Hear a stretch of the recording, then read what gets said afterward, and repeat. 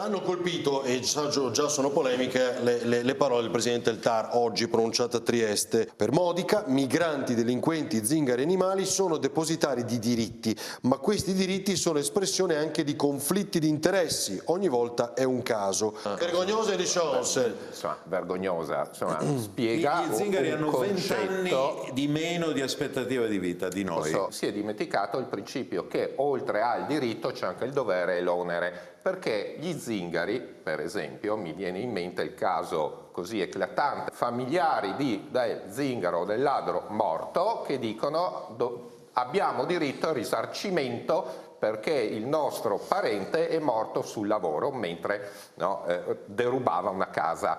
Zingari e razzismo. Ma ci sono tantissimi zingari che lavorano nelle cooperative delle pulizie. Vorrei vedere questo signore, appunto, se lo sa, magari anche forse degli edifici del TAR, delle cooperative che gli fanno le pulizie. Ci sono zingari con salari veramente... Ho capito, ma lavorano, cosa quindi c'entra? se parla di zingari eviti di generalizzare. Ha detto che il Presidente del Tribunale del TAR va in pensione tra poco. Sì, così riportano. Probabilmente si sente a fine carriera e si sente in diritto di parlare in libertà. Io credo che il Presidente del Tribunale del TAR non deve mai dimenticarsi, mi permetto di dire questa cosa, di essere insomma, colui che presiede il Tribunale amministrativo regionale. Gli zingari 30 anni fa non avevano nessun diritto, gli animali non avevano nessun diritto, i delinquenti erano delinquenti, punto. Questo è secondo me il primo punto di passaggio.